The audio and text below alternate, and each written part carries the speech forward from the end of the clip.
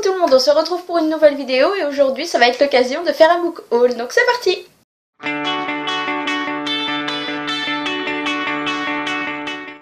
Donc un book haul tout simplement parce que voilà, j'en ai fait un en revenant de Montreuil début décembre, donc voilà, ça va faire quasiment 2 mois, vous allez voir que j'ai été super raisonnable parce qu'il n'y a pas des masses d'achats vraiment. Donc voilà, on va faire le tour de tout ça, mais avant je vous montre celui que j'oublie à chaque fois parce que bon, je pense que vous vous doutiez qu'il était dans ma palle depuis sa sortie. Forcément c'était le cas puisqu'en plus je l'avais précommandé. Donc la version illustrée du tome 1 de Harry Potter. Et je l'ai prise pour ma part en anglais d'une parce qu'elle était moins chère. Ça aide. Mais aussi parce que tout simplement là je suis en train de me faire la belle version française avec les éditions de luxe, donc je voyais pas trop l'intérêt de me reprendre en plus ces belles versions illustrées, alors que justement ayant déjà les Harry Potter une partie en anglais, c'est un petit peu le dawa dans ma palle puisqu'en fait j'ai mélangé plein d'éditions. J'ai une partie des éditions enfin elles sont toutes déjà en paperback, mais c'est vrai que j'ai des originaux. Après j'ai une partie en version adulte, les jolies couvertures adultes qui rendaient super bien. J'ai une partie dans les nouvelles rééditions qu'ils ont fait. C'est un dawa pas possible. Je me suis dit quitte à avoir une belle collection, eh ben, en anglais je me la ferai justement pour la version illustrée. Donc je pense que ça sert à rien que je vous montre parce que on les a vus et en même temps je crois qu'il n'y a pas grand monde qui l'a pas. Enfin voilà, surtout que c'est sorti avant Noël, donc voilà, mais ça pète, hein. Oh là là, paye ton jour, voilà, ça claque. Donc super contente de mon achat et je l'avais tellement mis de côté pour pas me le faire abîmer par les loulous que forcément j'ai oublié de le sortir lors du dernier book haul. Voilà. Alors ensuite, vous allez voir, c'était comme je vous dis trop raisonnable puisque j'ai reçu donc Fake. La dernière sortie justement de la collection Macadam, donc de Zoé Beck, que j'ai lu depuis, puisque voilà, c'est un tout petit livre. Je vous en reparlerai dès la semaine prochaine, puisque justement, je ferai un point lecture à ce moment-là. Enfin voilà, il me plaisait bien dans le sens où on nous parlait, ben, voilà, d'un jeune garçon qui a un prénom pourri, qui est pas à l'aise à l'école, voilà, qui a le jeune, on va dire, basique, voilà, qui est pas super bien dans sa peau et qui, pour séduire une demoiselle, va s'inventer un profil Facebook où il s'appelle Jason, il est américain, et voilà, tati-tata, pour attirer l'attention de la demoiselle. Sauf qu'après, il y a tout un pataquès qui va se mettre en route, je vous en dis pas plus, mais le pitch, moi, me tentait bien. Le bilan, c'était pas mal, ça se lisait bien, mais c'est vrai que je vous expliquerai pourquoi la semaine prochaine, mais je m'attendais à quelque chose de différent. Voilà. Mais autrement, c'était quand même une bonne lecture. Donc voilà. Par contre, je suis pas super fan de la couve. Et surtout que j'ai vu l'original. Et elle était plus simple, moins de trucs. Et je trouvais que ça rendait mieux. Mais voilà, bref, on est là pour que je vous montre ce que j'ai reçu et non pas pour faire un bilan. J'ai reçu aussi donc de la collection Milan Les Chiens d'Alan Stratton. J'ai super hâte parce que voilà, il y a un petit côté thriller dans le résumé. Je sais plus trop de quoi ça parle, voilà. Ouais, c'est une maison hantée, hein, il me semble que c'est ça. Voilà, une baraque un petit peu bizarre. Et c'est vrai que le thriller et moi, ça le fait moyen. Maintenant, là, j'étais bien motivée. Mathieu, en plus, l'a lu la semaine dernière ou il y a 2 semaines. Et il était à fond dedans. Donc, il m'a super donné envie de le découvrir très vite. Donc, voilà. Et voilà. J'ai surtout aussi beaucoup kiffé la couverture. Je la trouve simple mais efficace. Ensuite, j'ai reçu, donc tout récemment, puisqu'il me semble qu'il est arrivé hier ou avant-hier, donc Duff de Cody Keplinger qui est sorti chez Hachette. J'ai l'image qui a bugué, je sais pas si ça le fera en vrai, mais moi le visu que j'avais, j'étais toute figée. Bref, donc j'ai vu le film il n'y a pas super longtemps, ça m'a bien fait marrer. C'est le roman duquel est tiré le film qui a cette couverture là, je pense qu'il a été réédité, voilà pour ça.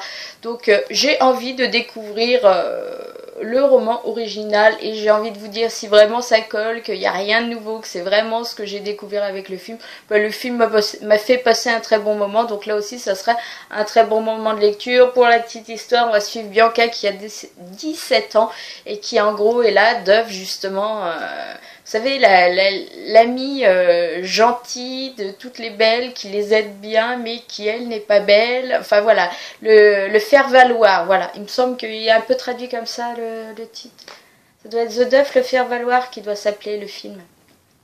Bref, donc voilà, c'était bien sympa et j'ai hâte de découvrir justement le roman. Ensuite est juste arrivé aussi, et il est juste sublime, Sunshine, donc de Paige Mackenzie. Tiens, d'après la web-série Phénomène diffusée sur YouTube. Ah, je me rappelais pas de ça. Bref, là aussi, il me semble qu'on est un peu dans des histoires de fantômes, de maisons un petit peu bizarres. Voilà, oui, c'est ça, elle est dans une nouvelle maison. En fait, pas comme les chiens, mais ça va s'en rapprocher. Je suis super fan de la couve et je me souviens que quand justement on avait fait les demandes, le résumé m'avait bien accroché. J'ai pas spécialement envie de le relire, je préférerais me lancer un petit peu dedans, pas à l'aveugle, mais sans trop de souvenirs de la quatrième de couve, surtout si elle est spoilante. Donc voilà, hâte de découvrir ce que ça donne. Et là aussi, le bouquin fait pas 300 pages, donc ça va vraiment se lire très vite. Il fait épais, mais en fait, il n'est pas tant que ça. Ensuite, alors là, fraîchement arrivé de ce matin, donc le tome 2 le livre 2 de Red Rising, donc Golden Sun, le soleil, non, l'enfant, bref, le fils, je n'ai toujours pas lu le tome 1, j'ai très envie maintenant, je vous avoue que quand j'ai voulu le sortir, je me suis dit tant qu'à faire, j'allais attendre justement que le 2 sorte, donc c'est chose faite, il me semblait qu'il sortait plus tard, j'avais pas tilté que c'était aussi vite, il y a beaucoup de sorties là pour le coup très intéressantes, janvier, février, là qui arrivent très vite, donc je vais me faire le tome 1, mais en tout cas je suis fan de la couverture, je crois que c'est celle de la VO qu'ils ont gardée, ils se sont pas compliqués la vie, mais ça va très bien et pour une fois c'est juste parfait. Donc je vous en reparle là aussi très vite puisque comme je vous dis je sors très vite le tome 1. Le suivant c'est un livre que j'ai gagné chez Moody et je suis navrée, je viens de me rendre compte que quand le livre est arrivé j'étais en train de courir à gauche à droite et que j'ai même pas pensé à la prévenir qu'il était arrivé. Bref, j'ai reçu donc le tome 1 de Endgame. Non, pas bref. Ce que je voulais dire, c'est que si elle passe par là, je leur remercie parce que voilà, je vais enfin pouvoir le découvrir depuis le temps que je me tâte à savoir si je me lance oui ou non là-dedans. Ben voilà. Là, le destin a choisi et c'est donc ça veut dire qu'il faut au moins que je tente le tome 1 donc de Endgame, l'appel de James Frey et Neil Johnson Shelton. Voilà, le livre est pas récent, ça fait plus d'1 an qu'il est sorti puisque depuis le tome 2 est sorti. Maintenant, comme je vous dis, j'étais un peu entre deux sans savoir si c'était le genre d'histoire que je voulais découvrir. Oui, non, peut-être, puisque forcément j'ai vu des avis positifs, d'autres non. Donc ça m'aidait carrément pas à me décider. Le fait que ce soit quand même, ouais, voilà, 540 pages, belle bricounette aussi, voilà, ça aussi ça fait qu'on se pose la question de savoir si on le tente. Mais voilà, comme je vous dis maintenant il est là, donc je vais le découvrir, voir ce que ça donne et si je me lance après dans le reste de la série ou non. Et l'avantage c'est que si ça me plaît, le tome 2 est déjà sorti. Ensuite j'ai fait un achat Françoisir, ne me demandez pas pourquoi, je me suis pris Batman Anthologie. 20 récits légendaires du Chevalier Noir, donc chez Françoisien. Pourquoi? J'en sais rien. J'étais rendue, il fallait que je m'achète un livre et en fait ce que je voulais, comme très souvent, ils les avaient plus en stock ou alors quand il restait un exemplaire, il était super abîmé. Donc en fouillant finalement, je suis tombée là-dessus et je me suis dit, eh ben si c'est de l'anthologie, oui parce que voilà derrière en gros ils nous mettent les années, les comics que ça reprend.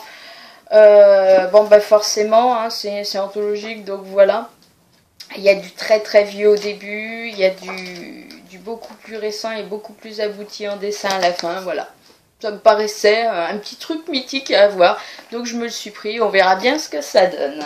Ensuite on passe à mes achats VO et là j'ai été quand même raisonnable. Je me suis pris avant toute chose donc le tome 1 de la série Stage Dive, donc Like, et le tome 2, donc Play. Celui-là, je sais plus comment ils l'ont appelé en français. Je sais pas pourquoi ils n'ont pas gardé le titre. Il me semble que Play reste Play, mais Like devait être Rock. Ah, c'est pas un truc comme ça, c'est peut-être bien rock.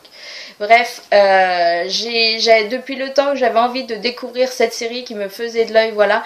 Le souci, c'est que les couvertures françaises de la collection et moi, je pouvais juste pas. Je trouve que celles-ci, comme je vous en ai parlé l'autre jour, sont beaucoup plus représentatives du contenu du livre, beaucoup plus classe, beaucoup, voilà, mystérieuse, tout ça, avec ce fond noir, je kiffe. Donc voilà, depuis j'ai lu ça, je ne regrette pas d'avoir déjà celui-ci qui attend, et la suite arrivera de toute façon très vite dans ma palle. Le suivant, je vous l'ai déjà montré aussi, puisque c'est le cadeau que Mathieu m'a fait pour Noël, donc Sweet Home, de Tilly Cole, ou Tilly Cole, un new adulte que j'ai vraiment hâte de découvrir. En plus il pèse, c'est de l'auto-édition, c'est de l'auto-édition qui pèse, ouais, il fait dans les 400 pages, donc il devrait pas être aussi lourd. On sent voilà, la tranche de qualité, hein. Il est sacrément costaud.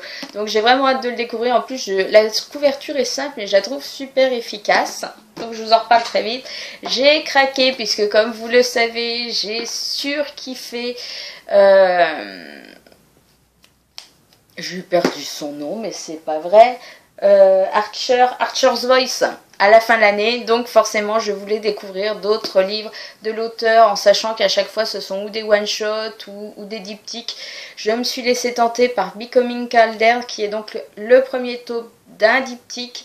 Ce qui me tentait là-dedans, c'était le côté, apparemment, on atterrit dans une secte. Et je trouve que voilà, là, il y a moyen de faire un truc qui change de ce qu'on lit d'habitude. Donc j'ai hâte de le commencer. Là aussi on est dans de l'auto-édition, donc là aussi ça pèse. Et ensuite les deux derniers, donc je me suis offert Dumpkin de Julie Murphy, que je devais lire fin de mois dernier, mais le problème c'est que voilà, j'ai eu des lectures un peu plus prioritaires, et c'est vrai que après c'était pas ce que j'avais envie sur le moment, donc je ne l'ai pas encore lu. J'ai hâte pourtant parce que ça me paraît sensationnel. Je suis fan de la couve. Quand je vous montre le dos, voilà, il arrive très vite. Je crois que c'est mai chez Michel Lafon.